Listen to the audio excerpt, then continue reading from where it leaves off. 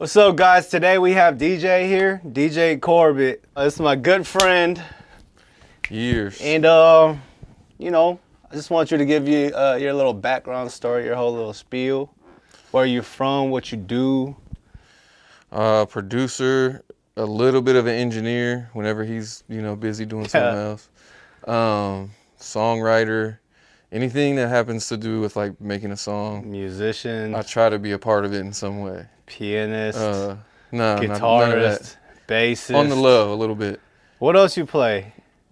No, I couldn't play anything on stage, but like if there's a computer, that's really my instrument. Yeah. You know what I mean? I can play really bad chords and then figure out how to make them sound like a loop or something like that. Right. So, I mean, anything you can touch. You're the GOAT at that. I'll take your word for it. No, you're the man, bro. But yeah, from a city just outside of Cincinnati, Ohio, but actually live in Kentucky. So if anybody's from Cincinnati watching this, they'll be like, "Oh, you ain't from Cincinnati." So, all right. Well, because you got an Ohio State. Right. I'm confusing right now, but yeah, that's that, man. Man, so what have you worked on lately, bro? I know we worked on Racks together. We worked on Berserk together. Yes, sir. What else can the viewers look up on you?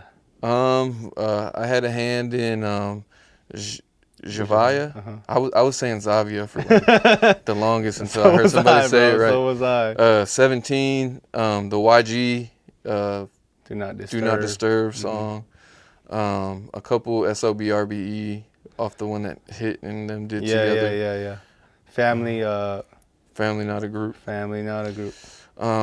Yeah, just been getting my hand in a lot of like what's been going on here. So, just been fortunate to be involved with a lot of stuff that Hit's been doing, a lot of stuff you've been doing. Everybody that's in the camp. So yeah, it's been a good year. 2019 was the climb, game changer. The climb to this point. Like this has been the climax so far. Right. The moment where it was all worth it, right? Yeah. How did you get yourself in that position? Like, how did we meet? You want to tell them our story? Yeah. I don't know exactly how like recent had you just been in the mix, because it was like 2 years ago. And I was there. I remember seeing you in the kitchen, but I didn't know like what at Hit Boy's house. Like, oh yeah. I was like, it's that time where you don't really automatically know what everybody does. So it was like, oh, maybe he's like a producer. I remember when you and Sonny first came in. Right. I was like, who are these people? Yeah, that's what we're always trying to figure out. Oh, I'm an engineer. Well, I'm an engineer. What? Are they here to take my job? Right. But how long had you been there? Like up until probably like a year and a half or so. A year? Oh, for real? Yeah. Okay. I thought it was like way more recent than that.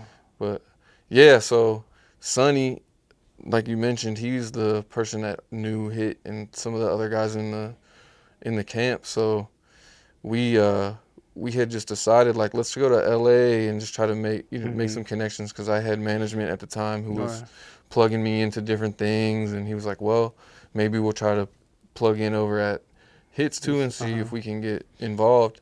What, Loot? And Loot? Nah, I had a different manager back then, but we parted ways, and then I started going with Loot. Yeah.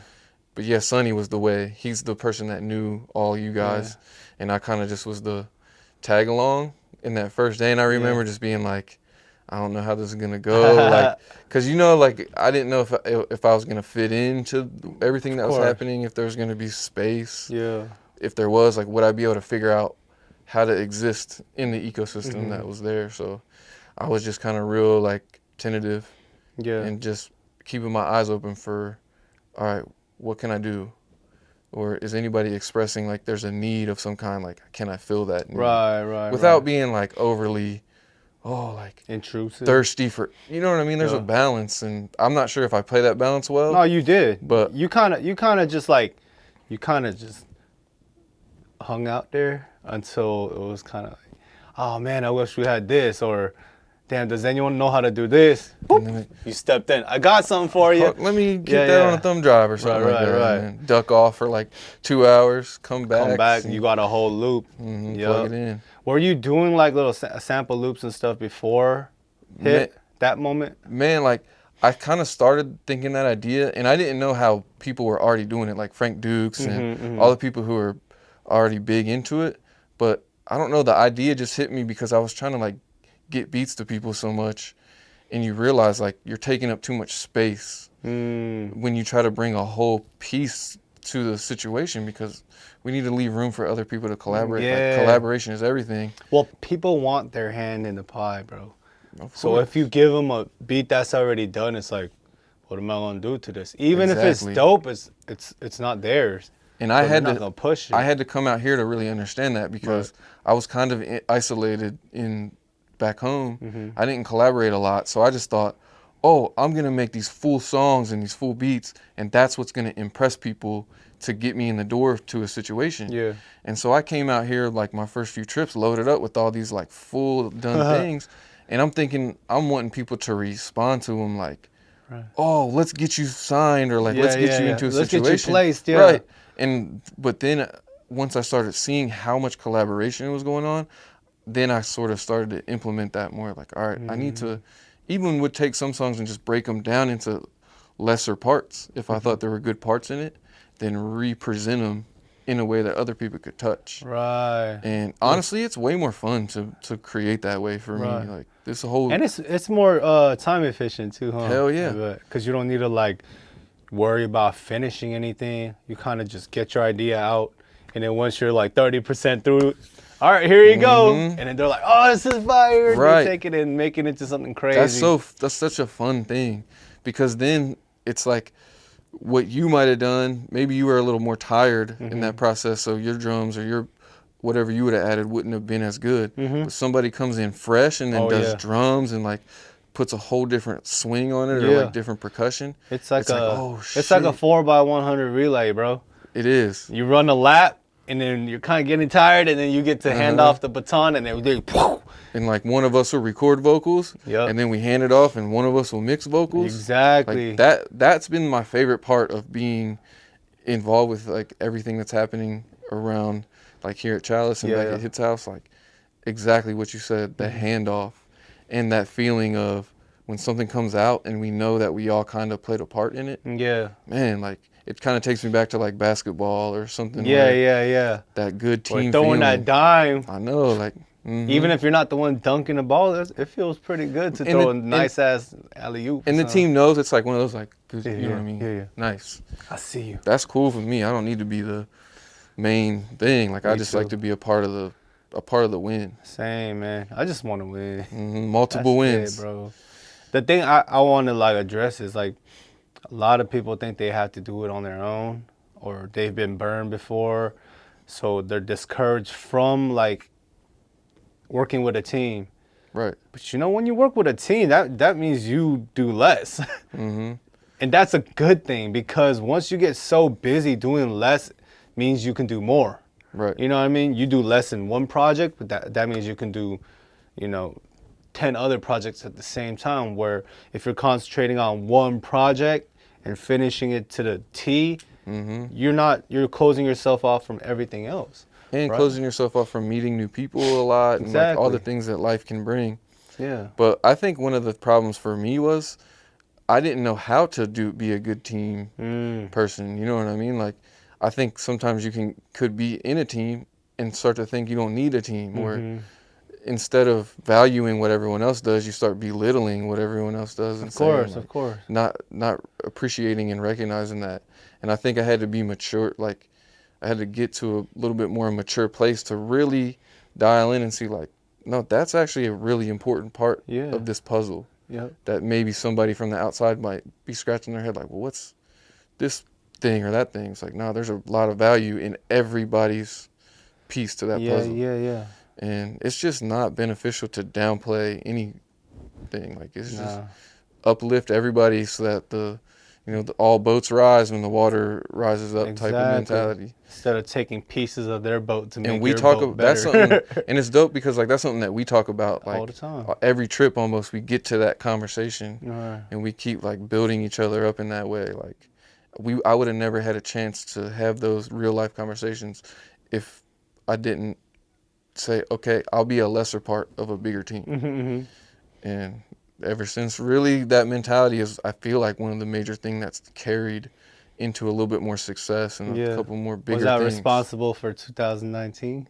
I mean, I think so. Yeah. It's a lot of things always, like being prepared for it and having the skills and the right people introducing you at the right time. Timing, you know, like everyone says that now. Like, timing is everything. But timing and opportunity, like the only way that happens and works for you is if you are prepared. Right. Like, and open, like, okay. Right. Open to different ideas and different things. And perspectives. Like I think that's when I started to learn the most, is when I started to think that I knew the least. Like, I'll be in a session and an artist, maybe not even well known, will be like, hey, can you try this? Can you try that? Previously, I'll be like, what are you talking about, bro? Like, I went to school for this. I got a Grammy. Like, leave me alone. I'm doing my thing. But now I'm like, what was that plugin you said? And I'll try it and I'll learn something new. I'll be like, holy shit. So this is how you get that sound. Right. The sound that I couldn't get because of my pride almost. My pride, and my pride and my like proper knowledge of engineering. You know what I mean? Where a lot of the shit that is done in music these days is off YouTube knowledge or from experimenting or doing something accidentally, but you can't give yourself opportunity to make a mistake if you're trying to live by the book. Right. You know what I mean? If you're so straight edge, then you're only going to go straight. Yeah. Sometimes the target's over here. And that doesn't work on the fly in the middle of some, like, when you're trying to throw together a quick mix on a song that just recorded or something. Like, Right. So I like humility. Because, like, if there's too much ego, then there's not enough space in the room for what cool thing could happen or like what exciting thing. Yeah. Because we block each other up sometimes if there's something in me that's like, man, I want to have more part of this. Or and if I sense your ego, then I'm more willing not to. I'm more unwilling to share what I have too. You know what I mean? It's like, why would I help him? Like, clearly he's out for himself. That's so true. Yeah. But we get that mentality sometimes if we're not intentionally being like, all right, I'm gonna wake up today and I'm going to create space for others and create space for whatever might happen today. Versus like, I'm gonna go take what, you know what I mean, what's mine. Yeah. And there's a little bit of that mentality. There's a little bit of that mentality is good. Like, I'm not saying like having drive is not good. Right. But you have to pair it with like, okay, it's not at all costs. Because like the people who are with are really like more important than the opportunities. And that's what leads you to having a longer career.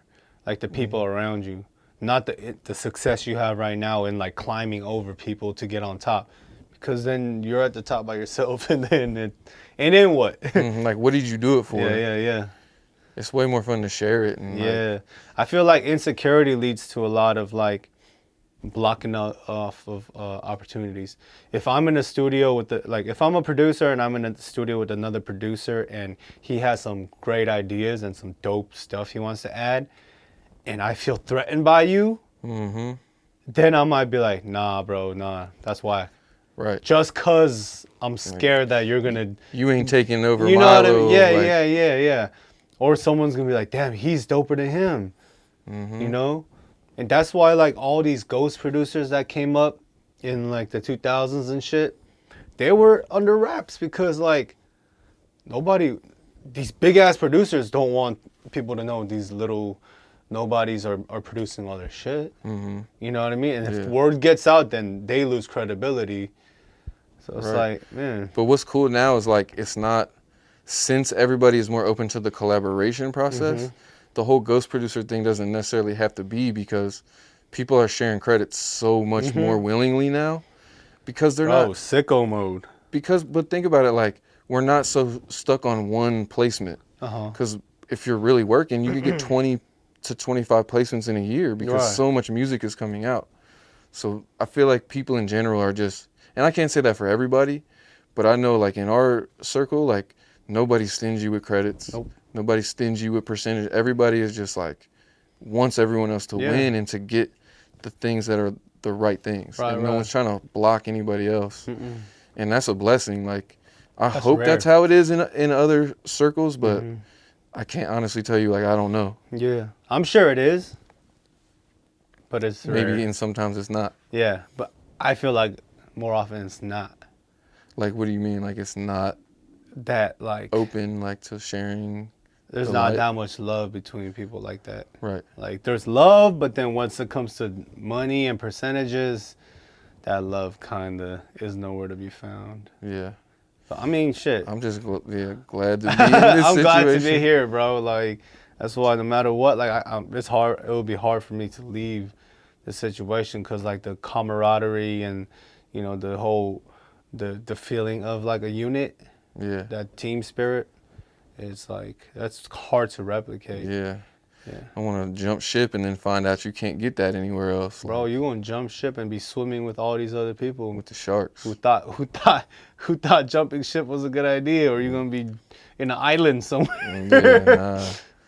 I'm sticking on board. Yep, exactly, bro. How's the fam?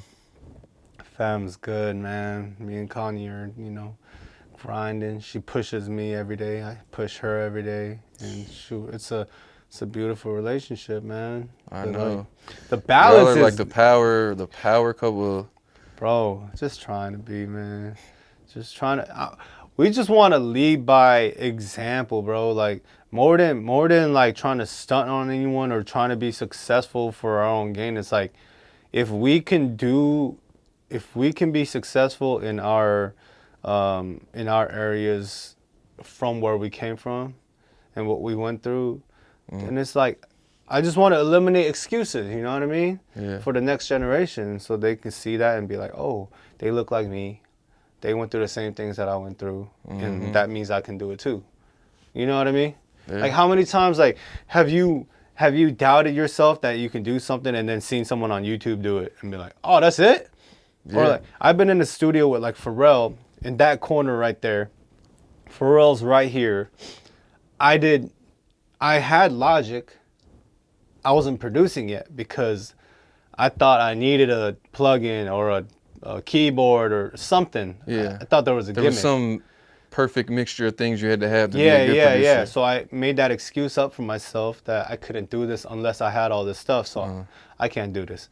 I saw Pharrell producing a fucking hit on stock Logic sounds, bro. Like stock keyboard, piano.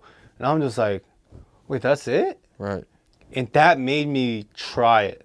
And then like, even though I sucked in the beginning, it was like, okay, I saw him do it, so I know it's possible. I'm gonna keep trying it until I can get it down. But if I'd never seen that, yo, I was just in an Uber, bro, and then the dude's like 40-something years old. He's like, man, I love hip hop. You know, I always wanted to produce, but like, I don't know if I can build a studio with like the board and and I was like, you don't need all that. Right. Like, do you have a laptop? He's like, yeah. I was like, download FL Studio. Watch YouTube for a couple watch days. YouTube. He's like, no, but I don't have like the keyboards and all those machines. I was like, just listen to what I'm telling you, bro. You can make beats on a plane. You can make beats while driving if you really want to. We don't endorse that. We don't endorse that. But the fact of the matter is like the more excuses you give yourself to not be able to do something, that's yourself cementing that you can't do it. Like right. Nah, like I was like that. Like there's something on my to-do list even that I keep putting off, and then once you finally do it, and it only took you like 10 minutes or something, you're like, why did I wait so long to do that? There's sometimes I get like a whole list of revisions on a mix. I'm like, fuck. And all it is do this like, shit. And then like I do it and it took 10 minutes, literally. Like -1 dB here, raise this ad lib, more reverb here. I'm like, why was I tripping about that? You know what I mean? Do you feel like that's just like becoming more disciplined and just saying like, okay, like I know that that's what I have to do. So like, yeah, I think eventually it gets a little dangerous when you have so much confidence in that you can handle everything, and then you know how life is: be humble or get humbled. Absolutely. Right. So like, you know, there's a point where you take on so much work and you think you can do it all, and then your world comes crashing down. But Like luckily, like I've been through that a couple times, and I'm kind of I have a good gauge of what is too much You're work. ready for the next one. Exactly. The next humbling moment. It comes though. Yeah, like, it's coming.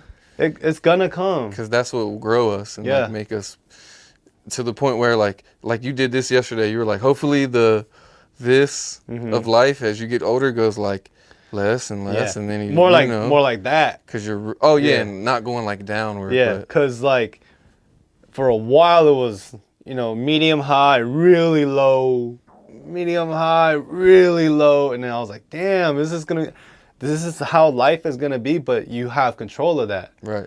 Like you have control of how low you get based on what situations you put yourself in, how much work you take on, what decisions you don't choose to make, and what opportunities you don't choose to take. Those are the things that will take you upwards. You know what I mean?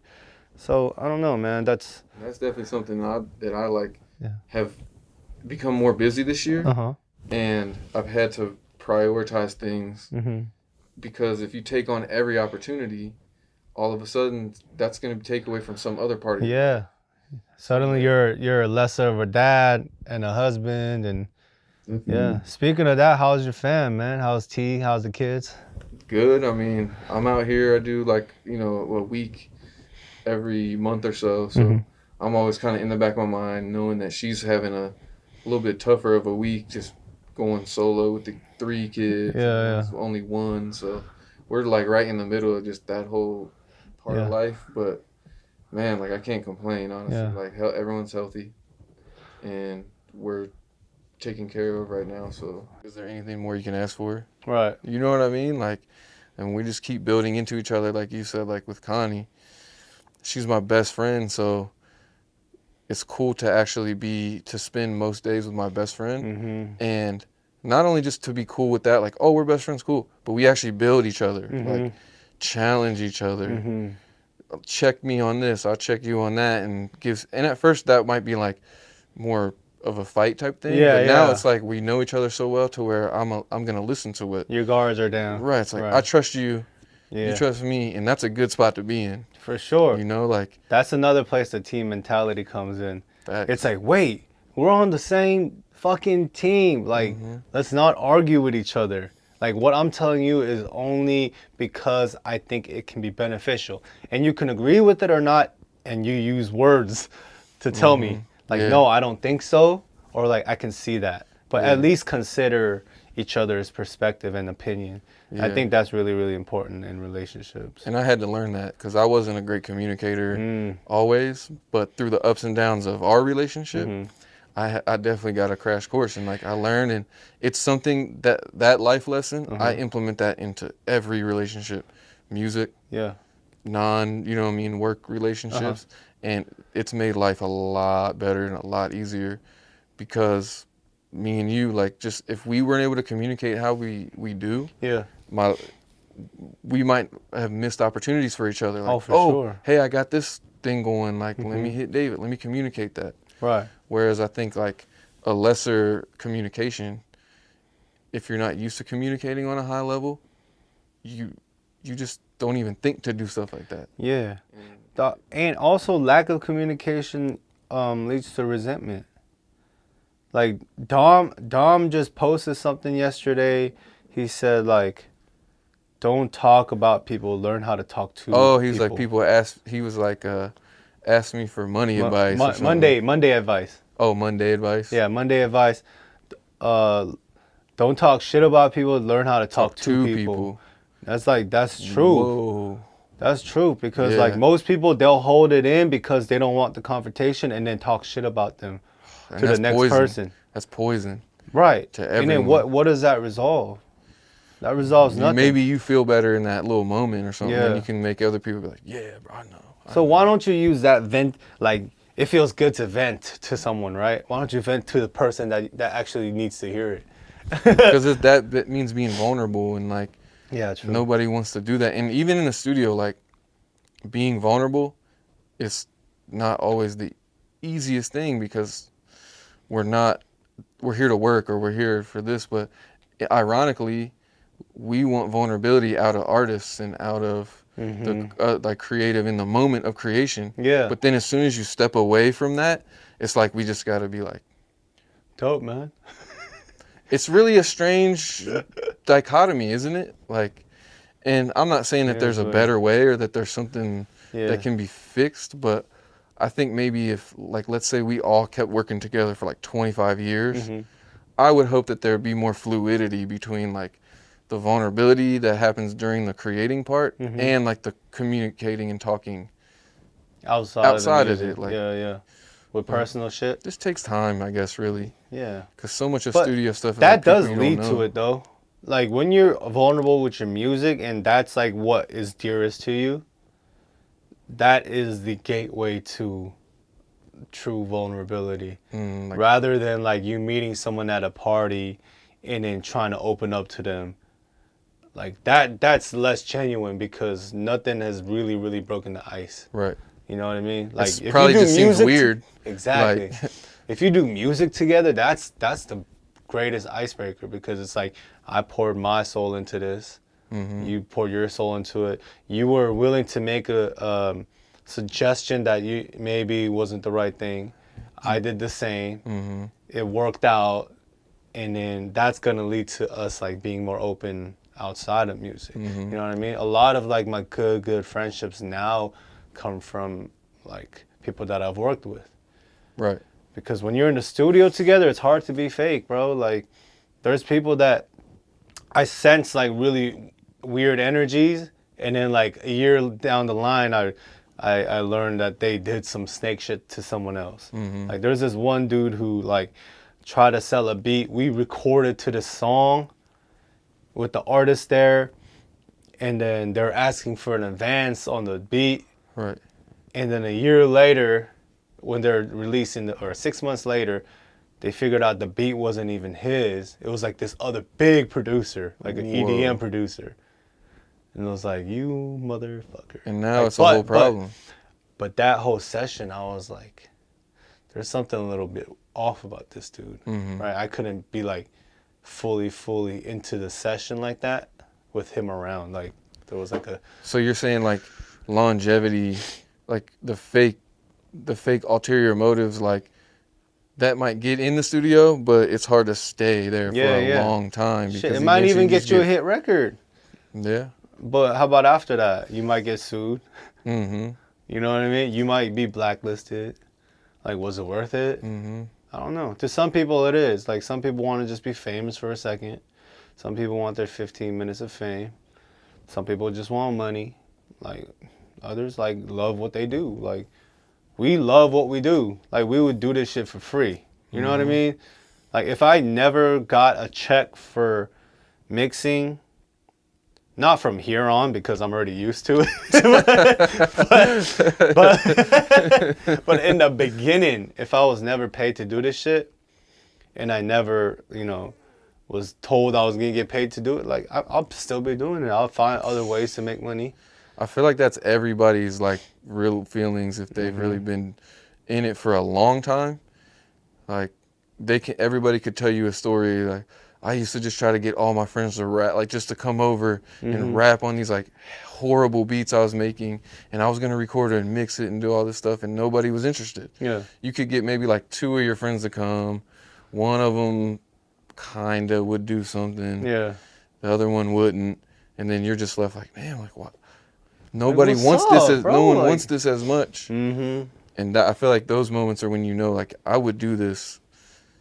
I would still try to write songs and do stuff like if I was getting no checks. I probably wouldn't be doing it every day because I gotta find other ways to like live. But you would have like your regular job or whatever job you're doing, and then still have like a little music room or something where you just go jam out and shit. Like, same here. Like, I'll be making beats on the side, or like, like, I don't know if mixing could be a hobby.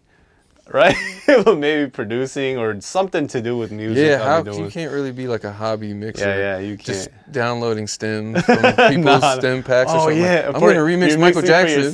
For This is the David Kim Thriller mix. Yeah. That would be hilarious. What would you do with the Thriller mix on this board? Just lay it out. First of all, I don't think there's a lot of layers to it. I bet there's some stuff that comes in and out, like Yeah, the little creepy noises and shit. yeah, they probably gave every noise a channel. Yeah. Yeah. So maybe I would love to see that multi-track. Mm-hmm. I would love to see that on the board. And if someone prepped it for me, I would mix it. but I You don't want to set it up. I ain't setting it Yeah. up. No way. That's the thing with analog mixing is like the setup, the teardown, recall. That's a bitch. They have like The computer recall. they have the computer recall, but on the SSLs they don't recall knobs. They can recall faders, but they don't recall knobs. Or yeah, so you're gonna it shows you every channel like. So back then, did they have to write a chart out of like Yeah. each channel like this and just go? Yeah. Like, They still have That's like in big studios, they have recall sheets. So there will be a paper with the tube tech on it, and then the assistant at the end of the session they'll come and mark where the tube tech was when they used it and what it was routing through. You know what I mean? Yeah. Just get right back to Yeah, that. for all the gear. And then so the assistant on the mix section the next day they'll come like 2 hours early. Do all the recalls on the board, and then the engineer will come in and then just That's get why right to engineers used to wear like lab coats back then because it was real science. For real. I'll just stick to Pro Tools. Yeah, me too, man. Yeah. I'm all in the box. Mm-hmm. Analog's cool, man. Analog sounds amazing, but it's not worth the inconvenience to me. And not in today's world of like music coming out like super fast. Yeah, and yeah. Stuff like And it's like, hey, can you revise this right now? Fuck.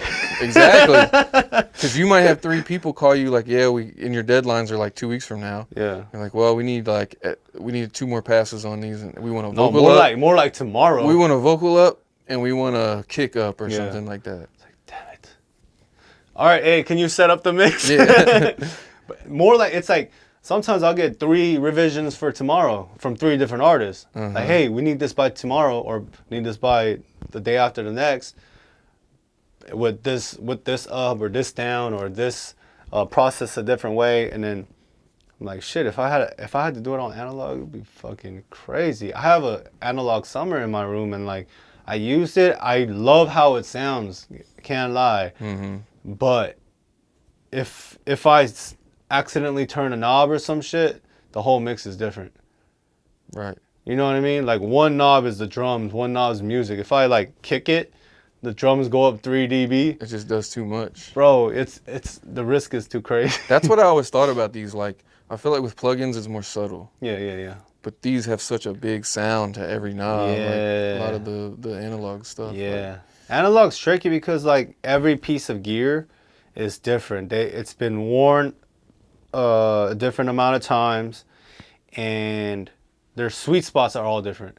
You know what I mean? Like a sweet spot on the 1176 in this studio might not be the same as the 1176 on a different studio. so that's why like engineers will bring their own exactly like rack case or whatever because yeah. they know that exact module or that Yeah. unit. That's interesting. Yep. I always wondered why like people would spend thousands of dollars to travel. Yeah. with Or a bring their own mic. All that shit. Old boy did that last night Mm-hmm. for Anderson. Yeah. Some people travel with the whole rack. You know what I mean? Like those Ken shipping, that Lewis shit or costs like $1,000 to ship. Right, bro. that's what I'm saying. Yeah, man. But that's how you get it done. If you get covered by the label, whatever. Fly it out. If someone's paying for it and if someone's setting it up for me, then I'm doing it. Right. Because on the racks in the middle, we mixed it on the board. That was in here, huh? No, it was in Studio B over there. Oh, okay. Yeah. But I just stem mixed it on the board. You know? Yeah. Drums, music, Leads. kick, bass, leads, backgrounds, Roddy's leads, Roddy's backgrounds, effects. Mm-hmm. And then I kind of fucked with it. Yeah. I used a couple of the outboard gear stuff too, but Man, yeah, man. you did a hell of a job. You did a hell of a That's job. for sure. That's the team. We worked on that together, I know, man. start to finish. Bro, that's crazy. Now we're gonna get a rack plaque. Mm-hmm. It's gonna look nice. You better get you one for the room over there. Oh, for sure. That's already done. I already hit him up, and you know, they sometimes take a while to get back to you. Yeah, I've had some be like, it took months, and I had one be like 2 weeks or something. Yeah, like yeah. that. It's weird. It's annoying. Like I have probably like 6 of them just like waiting for pending approval. Yeah, And I don't think no one tells you who to blame. Like it's either the label or it's the company that you got to get it's it the through label, or whatever. But I think the label doesn't want to release too many of them. Like I don't want everyone that worked on a little piece of the album to have a plaque kind of thing, because then it kind of waters it down. That's my theory. That's my theory, but it seems logical. Yeah, man. So back to the music. The sampling stuff, like what's your approach on that? Like how many packs can you make a day? How many samples, like loops, do you make a day? Like is it something you go into the studio with your mind set out to do? Yeah, first thing I do. Like every Monday I'll write out my to-do list for that week, and like loops will be the first thing, and I'll write like 5, 10, 15, 20, 25. And then beats will be the next one, 1, 2, 3, 4, 5. And then whatever pending thing, like if I had to mix somebody's local thing that I was working on, or I had somebody coming in to do some musician type stuff, I just list out my week. And then the first thing that I try to do every day is just make 5 loops or samples. And that way it keeps me consistent. Yeah. And I can hit a pack like at least once a week, sometimes twice. Sometimes I can get over 25, which is dope, but usually I'm gonna be close to that number, which it's kept me sometimes it's like the years before when I didn't have so much to do, I was like trying to figure out like, what do I do? Yeah. You know, but now I have like a system set up to where I know what I'm doing almost every hour of a day. Yeah. And like, and that's crazy. You got it down to like the T. Pretty close, like, and I leave room for other things to change, so I don't try to stick too close. But I do have a rough idea pretty much every day of what I'm doing. Like, it's not.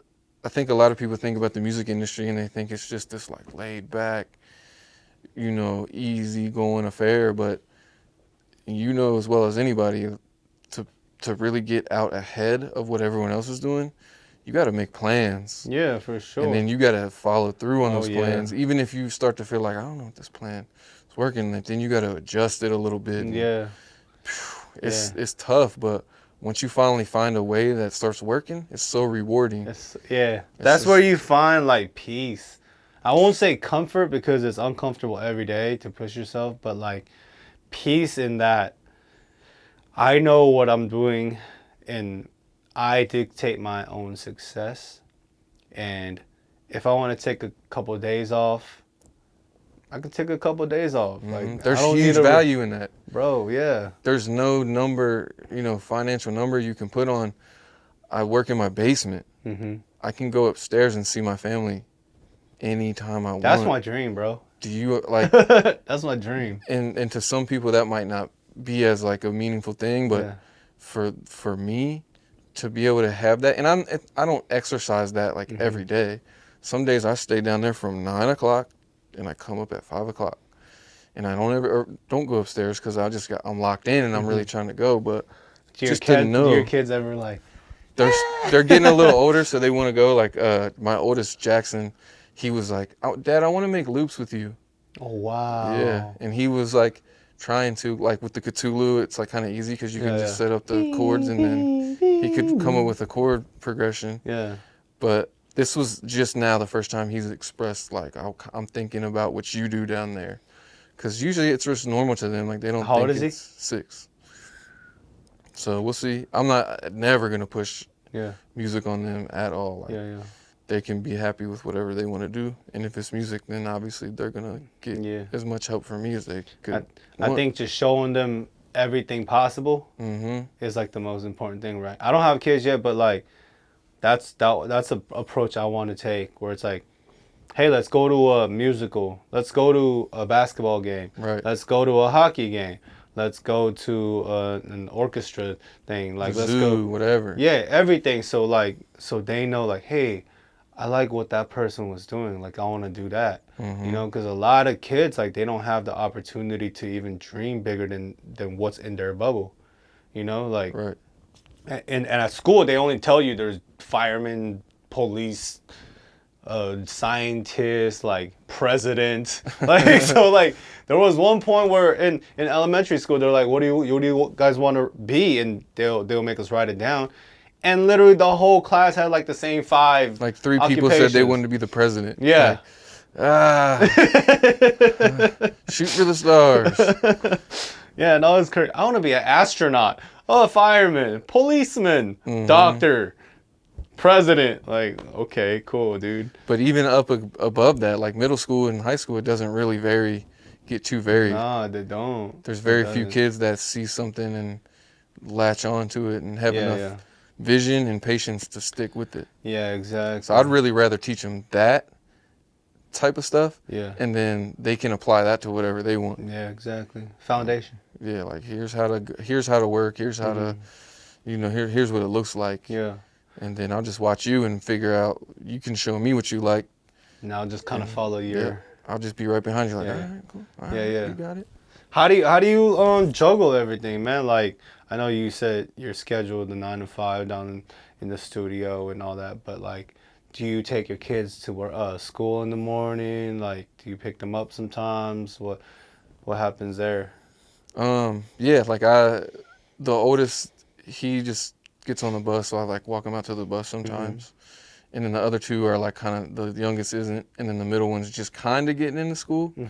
But how I feel like the one thing that's really helped me to be able to stay with the balance of family and really going hard on the music is creating clear expectations. Sometimes I feel like we're scared to do that, especially if we're pursuing a dream type of job, because you don't ever want to be looked at like, oh, you're not going to be able to perform or do a good job because you're limiting yourself in your time, or you know. But somebody taught, it's like one of the wisest things that I've really ever picked up from someone, I think, was like, you'll do yourself so many favors by just creating clear expectations with all the people who are around you, and just letting them know from the jump, like. And there's something weird, like people don't want to talk about their families, and I don't go on and on about my family, like when it's work time, like there's a time for that. But like creating those clear expectations and telling you, like, yeah, like I work these times, or I'm only going to be out here for a week because I need to prioritize family stuff.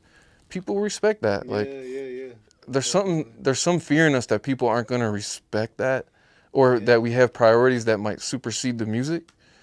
But I've never met anyone who, if I genuinely just kind of laid those things out about how I organize my time, nobody's been like, okay, whatever. Like, everyone, oh, that's cool. Like, I respect you doing that. Right. And so just being very forthright about it has been what has made it easier to actually come through on and be able to balance it. Because I don't feel like I gotta like manipulate and tell this person and not over promising and shit like on that. either side. It's like, I don't feel like if someone calls me like, I need you to like bounce these stems out right now, it's 9 o'clock.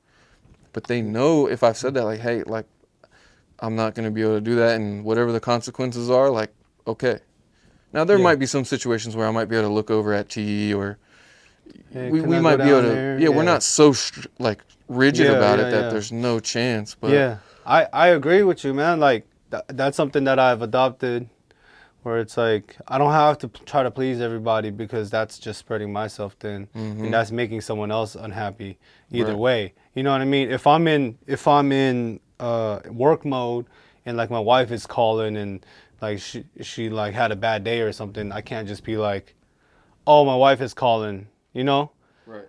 And vice versa, I can't be at home and then be like, hey, can you send me this file? And be like, oh, I gotta go back to work. Like, exactly. Like these days, I'm not doing it. I'm like, no, I'm with my wife. It's a very rare time when you would, though, right? Yeah. Occasionally. There's gonna be that time, and because you've been building with your wife, like, she's gonna be able to understand that. Oh, like, yeah, that's fine. That's completely okay. Yeah. But if you do it every time, and you're always over promising, like, you know, like, no, it's only gonna be 15 minutes. Yeah. And it's like you come back 2 hours later or something. Yeah. Eventually, that's gonna wear you thin on If you the fuck up those a couple relationship times, side. yup, it's a and wrap. you're gonna get worn thin on the work side because you're like always stressed there. and or whatever. So like, Yeah. creating those lines, people will respect that, and I think. Yeah, that would be my biggest advice if the question is like how to balance it. It's communicate, like we talked about before, clear expectations about how you'll work. And if you're in a circle of people who don't respect that, you don't want to be working in that environment anyway. Yeah, because eventually you're going to be in a predicament where you don't want to be in. Like, and then you're gonna be like, how did I get here? Yeah, like you let it happen. I hate it. I don't like working in this. Well, you kind of let it happen. Oh man, my girl broke up with me because of work. That was you too, you know. Like, oh yeah, we play a part and all that. Yeah, man. Shit. Well, it's been a bomb ass conversation. We just, every time, man. We can do it, bro. If we had cameras in front of us every single time we link together, it'd be a 2-hour podcast every time. Bro, we can do a whole series, like a 10-episode series, hour long, but. I appreciate your time, man. This was great. Let's get back to work, bro. Let's go, man. I gotta go do some right now.